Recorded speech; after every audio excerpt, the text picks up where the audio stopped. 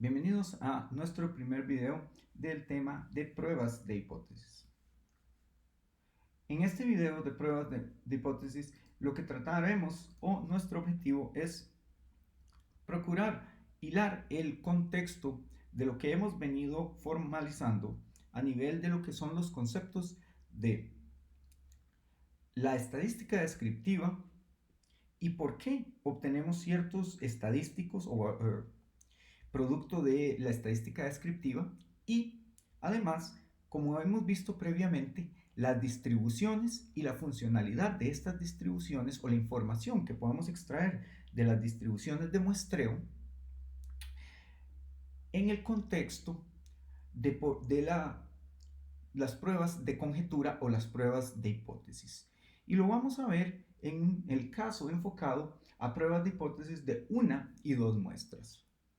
Entonces, retomando algunas de las definiciones y contextos importantes de lo que hemos venido hilando en este módulo, es relevante tomar en cuenta que en nuestro contexto, ya sea en el análisis de un conjunto de datos o en nuestro entorno laboral y en nuestro desarrollo profesional, nos vamos a encontrar en múltiples ocasiones con una situación en la que vamos a tener que hacer el análisis de algunos datos. Como hemos venido hilando, es conocido que en múltiples ocasiones vamos a tener que identificar de una manera u otra algunas tendencias o alguna información proveniente del conjunto de datos. Esta información nos va a servir a nosotros para eventualmente llevar a cabo un procedimiento que nos permita tomar alguna decisión, llegar a una conclusión y posiblemente, de ser necesario y dependiendo de la tarea, brindar algún tipo de recomendación con respecto a una mejora en el proceso. Sin embargo, para llegar a realizar todo esto, es necesario tener algún tipo de metodología o seguir un sistema de carácter científico.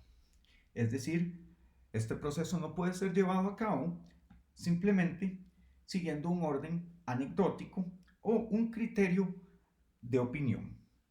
Una prueba de hipótesis y la formación de una hipótesis estadística siguen, como hemos venido comentando en ocasiones previas, el método científico. Y por lo tanto, para probar una prueba de hipótesis y para gestionar una hipótesis estadística, se requiere también realizar una observación y tener un fundamento basado en una sistemática de carácter científica. Esto es necesario porque de lo contrario, lo que ustedes y lo que el analista estaría incentivando es más bien algo que no tiene un carácter robusto, carece de un fundamento científico y no deja de ser nada más que una anécdota o una narrativa que lo que trata de expresar es la opinión o, o simplemente una cuestión de índole personal del analista y no tiene ningún fundamento robusto ni nada que lo sustente a nivel de qué, de los datos. Tenemos que pensar que esto tiene que ser algo basado en evidencias y la evidencia son los datos. Entonces, hemos venido hablando y hemos construido un poco en diferentes sesiones de lo que es la hipótesis. Tenemos dos tipos de hipótesis. Tenemos una hipótesis estadística y una hipótesis experimental. La hipótesis estadística tiene un carácter y un sabor un poco más distinto, dado el motivo de que una hipótesis estadística se puede definir como una aseveración o una conjetura relacionada ¿a qué? Al comportamiento o a una tendencia característica de una o más poblaciones. Y existe una característica muy relevante con respecto a la hipótesis estadística, y es que ya sea la veracidad o la falsedad de una hipótesis estadística es muy difícil y podríamos decir que casi nunca se sabe con una absoluta certeza por un motivo. Y este motivo es que tenemos la limitante del análisis poblacional. Este análisis poblacional es muy poco práctico. Claro, sabemos que sí existen en algunos casos o bajo algunas circunstancias la probabilidad o las situaciones en las que sí podemos llevarlo a cabo, y bajo estas excepciones, o esto es lo que podríamos denominar, refiere al asterisco o al pie de página, entonces sí podemos realmente, sí podremos entonces realmente tener un conocimiento sobre el comportamiento, o tener una certidumbre absoluta sobre la tendencia poblacional a partir con base en la hipótesis. Pero por este motivo y por estas limitantes, nosotros lo que hacemos es que fomentamos o formamos una hipótesis a partir de ¿qué? De las muestras. Esta es la practicidad de realmente hacer una construcción con base o sustentada en muestras aleatorias provenientes de la población. Como veníamos construyendo en presentaciones anteriores y en sesiones previas, el muestreo aleatorio es una de las herramientas más poderosas y estas a la hora de colectar datos. Y esto nos permite entonces tratar de hacer esa generalización sobre la falsedad o la veracidad y la falsedad de la hipótesis estadística con respecto a el proceso de generalización de una muestra en función de una población, porque la muestra aleatoria tiene que procurar ser un representativo de la población de interés. Así pues, entonces, es importante porque entonces la hipótesis nos va a permitir o nos va a llevar de una manera interesante a determinar o a brindarnos otro concepto importante. Nos va a dar una noción de qué, de cuál es la probabilidad de una conclusión errónea. Y entonces básicamente esto lo que nos da es información de qué, de lo que nos lleva es al rechazo de una hipótesis, o a la aceptación de la hipótesis. El rechazo de la hipótesis básicamente es el proceso por el cual nosotros lo que estamos, o lo que nos está diciendo es que lo que implica es que estamos refutando un comportamiento, o la evidencia lo que nos está indicando es que podemos refutar el cierto comportamiento de nuestra muestra en función de la evidencia que nosotros tenemos. Y eso es algo que a nosotros nos está ayudando o nos está básicamente reforzando algún conocimiento en función de lo que nosotros queremos saber. Entonces, la hipótesis nula y la hipótesis o la hipótesis estadística, básicamente lo que nos está ayudando a nosotros a determinar, y como veníamos diciéndolo, entonces es un proceso para tratar de determinar el comportamiento de qué, de la muestra en función de la población. Y yo puedo rechazar a partir de la evidencia que tengo si mi muestra se comporta como esa población o no se comporta como esa población. Y esa es la evidencia que yo estoy tratando de refutar o estoy tratando de aceptar. Para aceptarla o refutarla, entonces utilizo alguna prueba que tiene un carácter científico. No puede decir nada más que de acuerdo con su experiencia. Usted no puede, usted necesita utilizar algún tipo de metodología. Entonces, esto implica algún proceso de análisis de datos que le permita entonces establecer ¿qué? Una conclusión. Y esa conclusión entonces le permite a usted decir si rechaza o acepta la hipótesis. Más adelante veremos el proceso de construcción o los criterios necesarios que tienen que cumplirse para aceptar o rechazarlo.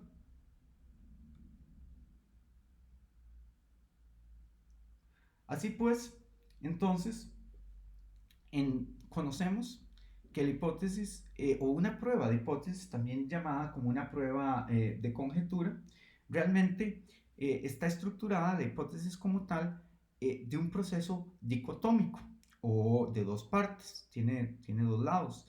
Este proceso dicotómico o bipartita consiste de lo que nosotros denominamos como una hipótesis nula y también tenemos una hipótesis alternativa. Entonces,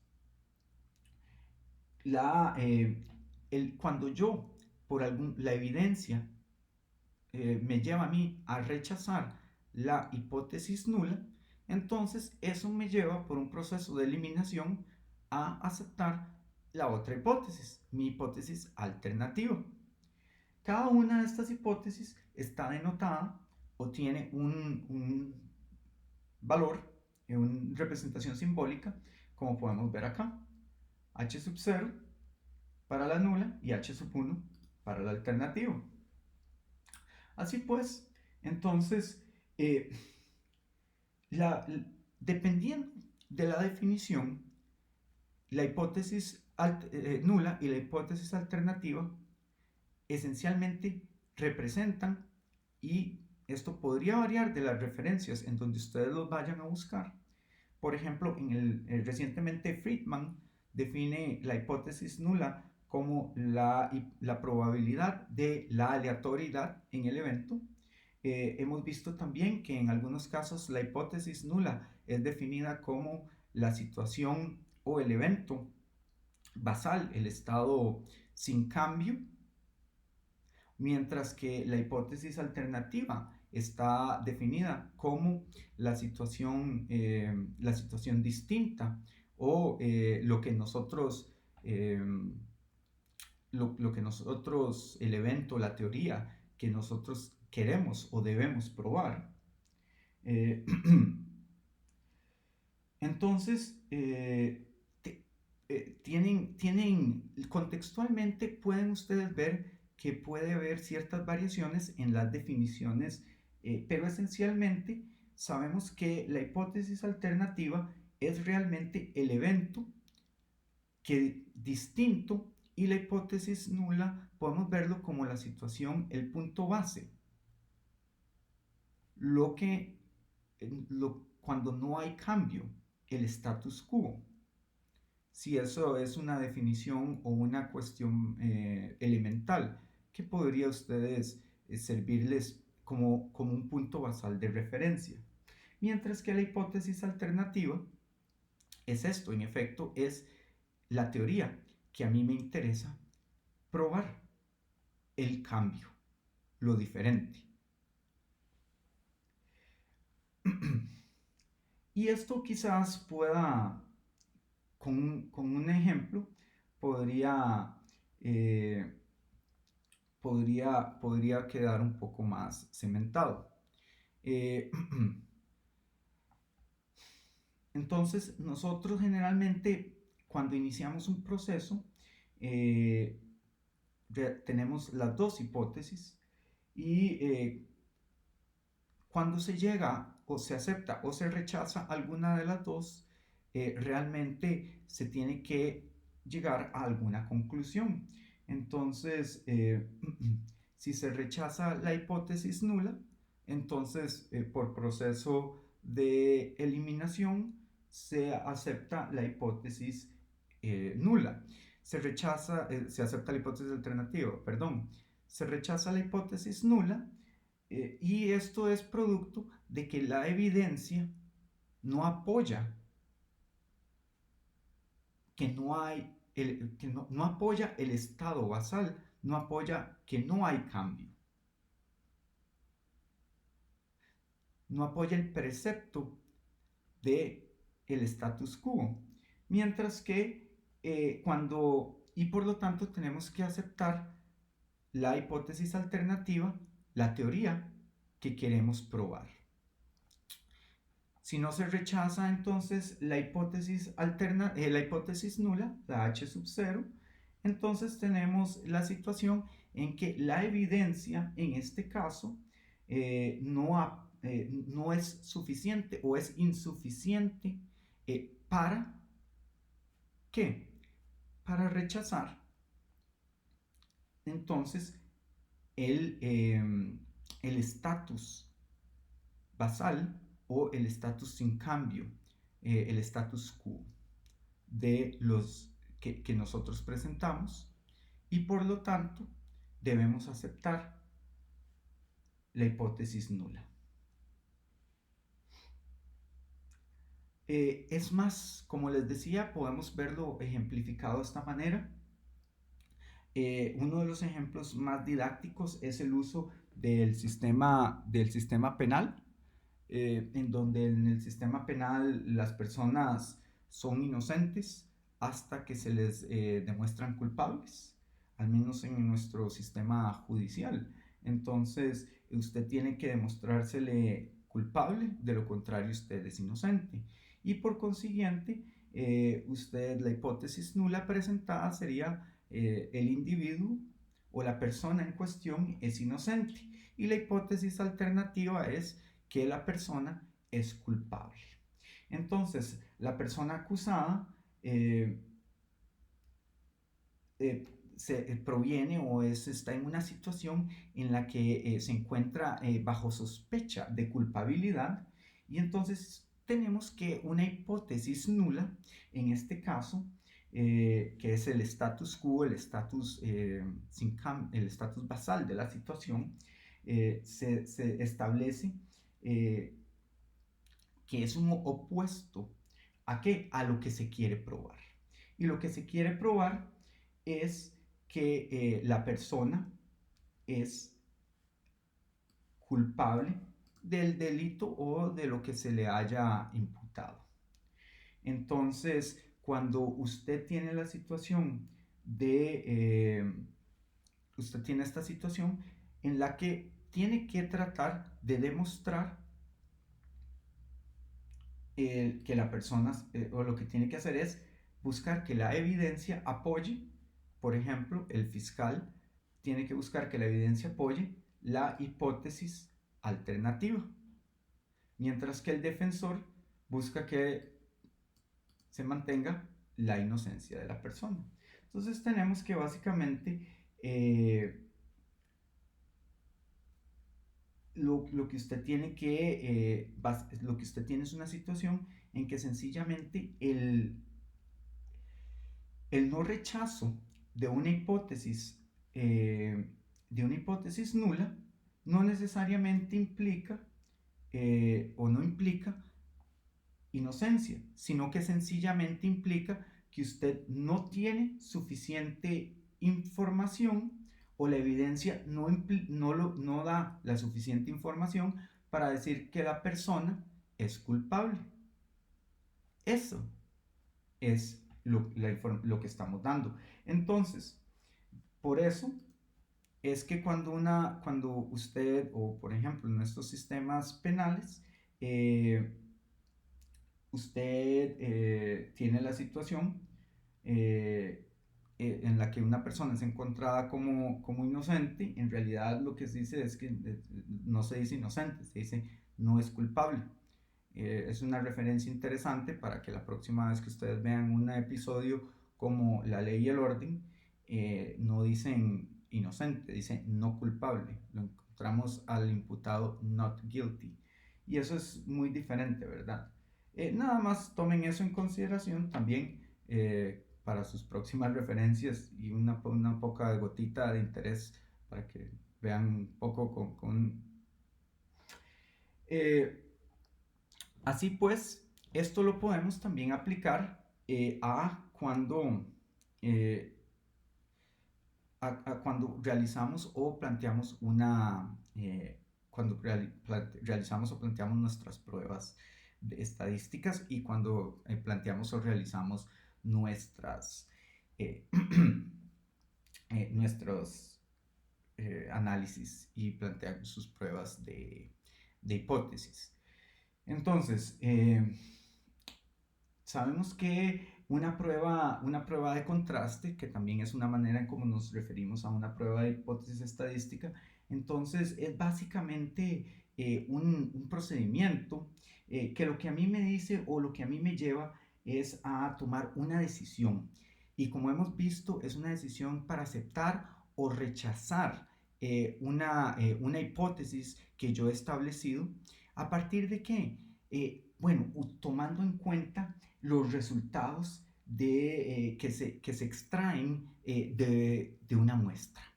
O sea, yo necesito realizar un análisis, llevar a cabo un análisis de una muestra y a partir de los resultados que yo obtengo, obteniendo lo que vamos a ver o definir como un estadístico de prueba, voy a tomar una decisión si acepto o rechazo a partir de los criterios definidos una hipótesis. Y entonces con eso puedo tomar una conclusión. Esa es la narrativa y el resumen de lo que estamos haciendo. Entonces, esto es básicamente el spiel de lo que queremos ver para poder realmente responder a la pregunta, bueno, ¿y para qué me sirve a mí esto de la prueba de hipótesis? Entonces, esto tiene que seguir una serie de procedimientos o pasos. Eh, como hemos visto, para realizar una prueba de hipótesis yo necesito el cálculo de un estadístico de prueba. ¿Y qué es este estadístico de prueba? Ok, el estadístico de prueba es un valor que yo obtengo, es el resultado de un cálculo, un procedimiento que yo obtengo a partir de qué? Extraído de la información de la muestra o de los valores que yo tengo disponibles y que yo utilizo para hacer la determinación de aceptación o rechazo de la hipótesis, o sea, si se rechaza o no la hipótesis. Y entonces toda prueba de hipótesis, sin importar qué, necesita o implica, tiene la implicación de que se va a realizar el cálculo de un estadístico de prueba para hacer esta determinación. Y este estadístico de prueba, evidentemente, depende de qué? De algunas cuestiones. Primero, del tipo de problema, o sea, el contexto. Y dentro del contexto, me lleva a mí al segundo punto. Dependiendo del contexto, a mí me van a dar cierta información disponible. Y dependiendo de esa información disponible, yo voy a saber qué estadístico de prueba voy a calcular o con qué estadístico de prueba voy a trabajar o no. Y eso es muy valioso, porque si yo sé que tengo, por ejemplo, valores, algunos valores poblacionales y algunos valores muestrales, entonces yo tendría una idea que probablemente podría ser una comparación muestra-población y eso ya me suena a mí a una prueba Z. Pero si sé que tengo algunos valores de índole solamente de muestra y otros valores de otra muestra, o sea, tengo la muestra A y tengo la muestra B y todos son medias y varianzas de las muestras, eso ya tiene un aroma más muestral, comparaciones de dos muestras. Y entonces eso me permite a mí pensar que quizás la prueba que yo debería estar considerando ahí es una prueba de T, comparación de la muestra A versus la muestra B. Y entonces eso es la contextualización de, ¿depende de qué? Del problema planteado. ¿Y de qué? De las tendencias y de las variables que yo tengo.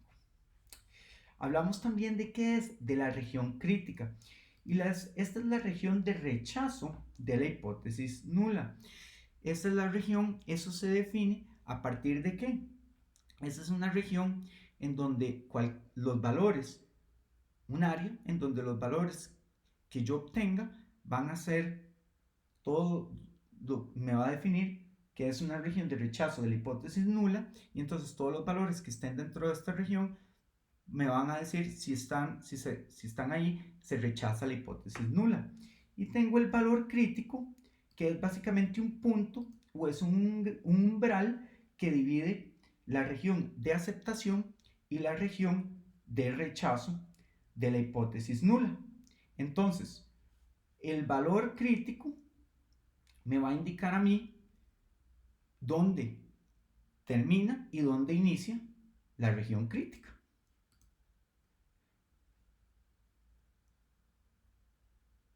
Tengo también otras cuestiones que me indican el nivel de significancia, y el nivel de significancia tiene que ver con el margen de error o qué tan robusto quiere que sea usted con respecto a su prueba, o sea, cuál quiere que sea la probabilidad de rechazo de la hipótesis nula. Eso es cuando hablamos del denominado alfa, cuando ustedes oyen hablar de un 95%. Y esto es muy importante porque este nivel de significancia entonces tiene que ver, además del nivel de rechazo, les va a ayudar a ustedes o les va a afectar con qué, con el valor crítico, y va a determinarles también la región de rechazo. Con este aspecto vamos a hablar algo que estuvimos discutiendo o mencionando en las clases anteriores, y era el concepto de qué, claramente del error tipo 1 y el error tipo 2. El error tipo 1, cuando rechazamos la hipótesis nula, aunque esta en realidad es verdadera. Y tenemos el error tipo 2. Yo acepto la hipótesis nula cuando en realidad es falsa. En otras palabras, yo rechazo la hipótesis alternativa y la hipótesis alternativa es verdadera. Entonces, vean que tengo dos tipos de errores, y estos dos tipos de errores me dan a mí una situación que puede estar afectada de varias maneras, y puede haber aquí situaciones en las que inclusive el tipo de muestreo también puede estar afectando, como vimos en la clase anterior. Entonces aquí tenemos un resumen de, una tabla resumiendo los tipos de error, y también tenemos la definición de alfa, y tenemos lo que se llama el beta, que es la probabilidad del error tipo 2. Ok, entonces siguiendo con, con algunos de los conceptos y retomando, tenemos el concepto del valor de significancia. Hasta ahora hemos estado muy familiarizados con los valores de significancia.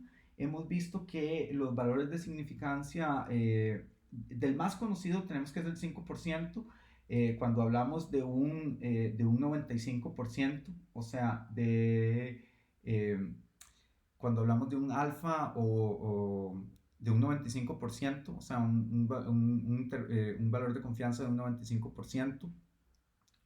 Y sin embargo, hemos visto o tenemos aquí representados también el 1%, y tenemos del 10%.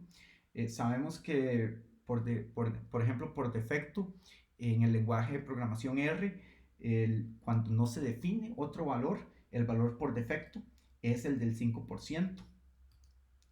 Y esto es importante porque todo lo que les vayan a reportar va a ser tomando en cuenta que es 5% o 0.05 en otros casos. Este valor es utilizado en algunos contextos, más sin embargo, si ustedes lo utilizan, les van a fruncir el ceño en la mayoría de los contextos.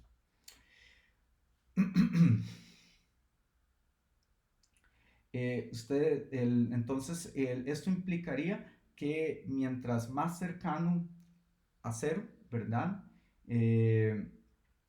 este es su valor, ¿verdad? Mientras más bajo, entonces es menos probable que haya sido un producto, o sea, más significativo es. Y mientras más por encima de este valor sea el valor de P que ustedes obtengan, entonces ustedes rechazan la hipótesis alternativa y aceptan la hipótesis nula. Porque su evidencia o sus valores no apoyan la evidencia, o su evidencia no apoya no hay suficiente evidencia para aceptar la hipótesis alternativa y por lo tanto deben aceptar la hipótesis nula. Si su valor está por debajo de esto, de este 0.05 y tiende a 0 o a valores muy pequeños, entonces ustedes tienen un p-value significativo y por lo tanto ustedes deben rechazar la hipótesis nula y aceptar la hipótesis alternativa.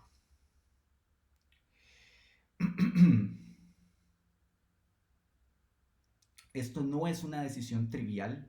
La decisión de aceptar o rechazar la hipótesis nula no es trivial. Tiene implicaciones no solamente en las conclusiones a las que ustedes van a llegar, sino en algunos casos las pruebas posteriores a las que ustedes van a realizar y cómo la van a realizar. Por ejemplo, hago una acotación breve acá. El rechazo o la aceptación de la independencia de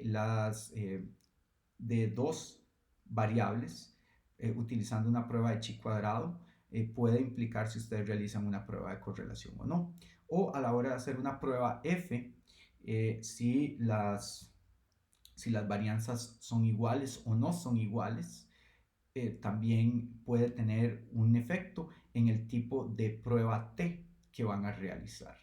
Entonces, este tipo de rechazos o aceptaciones y utilizando estadísticos de prueba no es para nada trivial, tiene implicaciones. Aquí tenemos un resumen de los pasos de las pruebas de hipótesis. Entonces, evidentemente vemos cuál es el primer paso y es plantear una hipótesis nula y una hipótesis alternativa. Esto es necesario determinarlo. No es trivial, de nuevo, no es una cosa que ustedes pueden sencillamente desestimar. El primer paso es el planteamiento de la hipótesis nula y la alternativa. El segundo paso es seleccionar el nivel de significancia. Si lo van a hacer como un flujo de procesos en R, entonces pueden asumir que esto será al 5%, el paso 2. Tienen que identificar el valor estadístico de prueba. Después, formular una regla de decisión, la región crítica. Esta región crítica ustedes la tienen estimada, utilizada, puede ser con sus tablas o la pueden definir con el conocimiento a priori, por ejemplo, dependiendo de la prueba que ustedes vayan a utilizar, ustedes saben cuál es su región crítica. Para Z, por ejemplo, el 5%, ustedes saben que su región crítica es 1,96 porque es una desviación estándar, es menos 1,96 y 1,96 porque es a una desviación estándar que se encuentra el 95% de los datos. Y a partir de toda esta información, entonces ustedes determinan si sus datos superan estos umbrales o no, se encuentran dentro de estos umbrales y pueden o no, rechazan o no rechazan la hipótesis nula o aceptan la hipótesis alternativa y entonces con eso pueden tomar una conclusión. Dentro de este caso, entonces, ustedes saben que cada uno, y como hemos visto, tienen propiedades importantes. Aquí tenemos una revisión breve de algunos de los factores importantes o características importantes. Entre ellas sabemos que habíamos visto, tenemos un efecto un efecto del tamaño de la muestra. Sabemos que para algunas pruebas estadísticas el tamaño de la muestra no necesariamente va a ser específicamente o va a tener un efecto necesariamente positivo o va a ser reductor sobre los tipos de error. Sabemos que estudios recientes han revelado que el aumento del número de observaciones puede, puede tener un efecto contraproducente sobre el rechazo de la hipótesis, sobre el rechazo de la hipótesis nula. Esto hay artículos recientes que dan información o dan luz sobre eso, principalmente sobre la prueba T. Y si quieren pueden revisar, hay un artículo interesante sobre la prueba T y el tamaño y el efecto que tiene el tamaño de la muestra. Esta acotación la vimos en la clase anterior y hubo una discusión muy interesante con respecto a esto. De hecho, hay también algunos foros en Stat Overflow que hablan sobre esto, bastante interesante. Entonces, la cuestión del tamaño de la muestra sigue siendo un tema muy candente, porque nosotros venimos de una cultura de pensar que todo se resuelve aumentándole lo que se llama la profundidad al estudio, metiéndole más y más y más muestras, pero eso no es necesariamente cierto. Tenemos bastante información interesante y hemos visto hasta este punto bastante información bastante significativa. Tenemos aquí de nuevo un repaso acerca de lo que es el beta y el impacto que tiene beta, que es tiene que ver con lo que se llama el poder de la prueba. O lo que se llama la potencia. Y esto, el efecto sobre beta, 1 sobre beta, es la probabilidad de rechazar la hipótesis nula. Y esto es cuando esta en realidad es falso.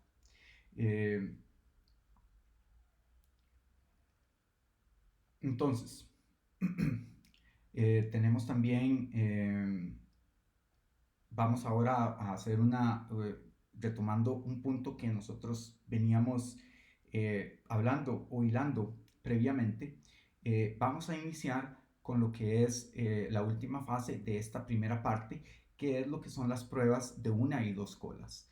Ya veníamos hablando de lo que es el planteamiento de una hipótesis estadística y hablamos de lo que son los necesarios para una hipótesis y una prueba de hipótesis. Ahora tenemos que hablar de lo que es una prueba de una y dos colas. Una prueba de una cola está definida, tenemos una prueba de hipótesis estadística y está definida de una manera. Cuando tenemos una hipótesis estadística,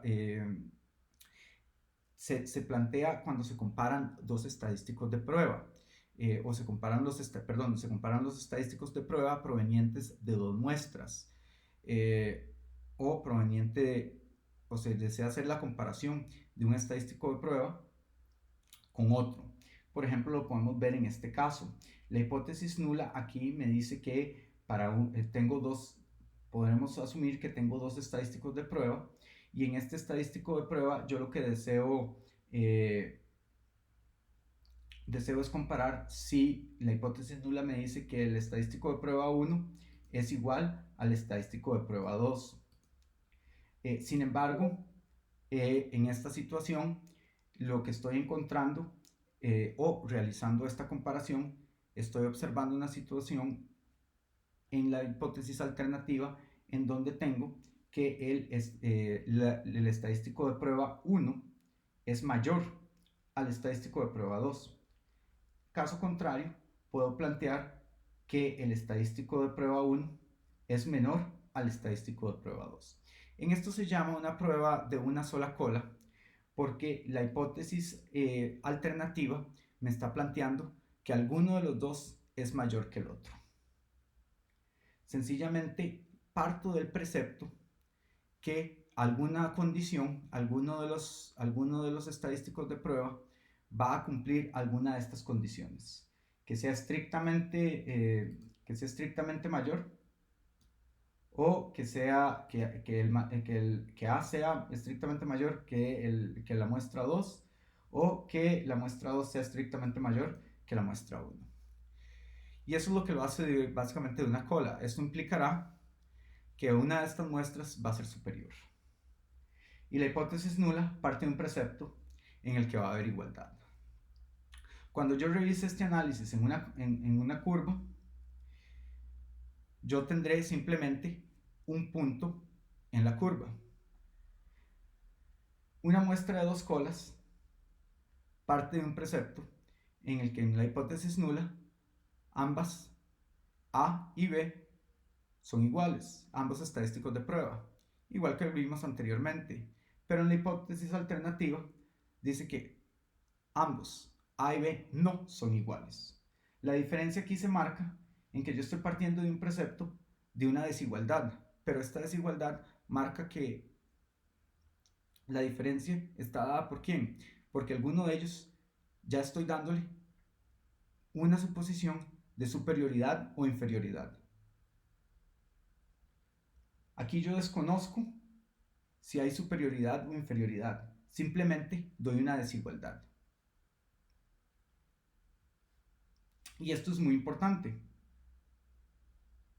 ¿Por qué? Habíamos visto en la clase anterior, en una discusión, que hay dos motivos por los cuales una prueba de dos colas es el mejor primer paso. Primero, evita los sesgos de un preestablecimiento. Usted no conoce si en efecto, ya sea una hipótesis en donde A es superior a B o B es superior a A, es algo que usted sabe. Usted solo está partiendo del precepto que usted sabe que hay diferencias. En segundo lugar, una hipótesis inicial de dos colas lo que le va a indicar es que en efecto hay diferencias. A partir de, partiendo del precepto que usted rechaza la hipótesis nula y acepta la hipótesis alternativa, entonces usted puede probar posteriormente una hipótesis alternativa en donde A es estrictamente mayor que B y posteriormente probar una hipótesis en donde B es estrictamente mayor que A, dependiendo de lo que usted esté buscando, dependiendo del contexto y dependiendo de la pregunta en donde usted vaya a hilar. Esto le evitará a usted, de cierta manera, algún sesgo en su proceso de descubrimiento del conocimiento. De acuerdo con algunas de las lecturas,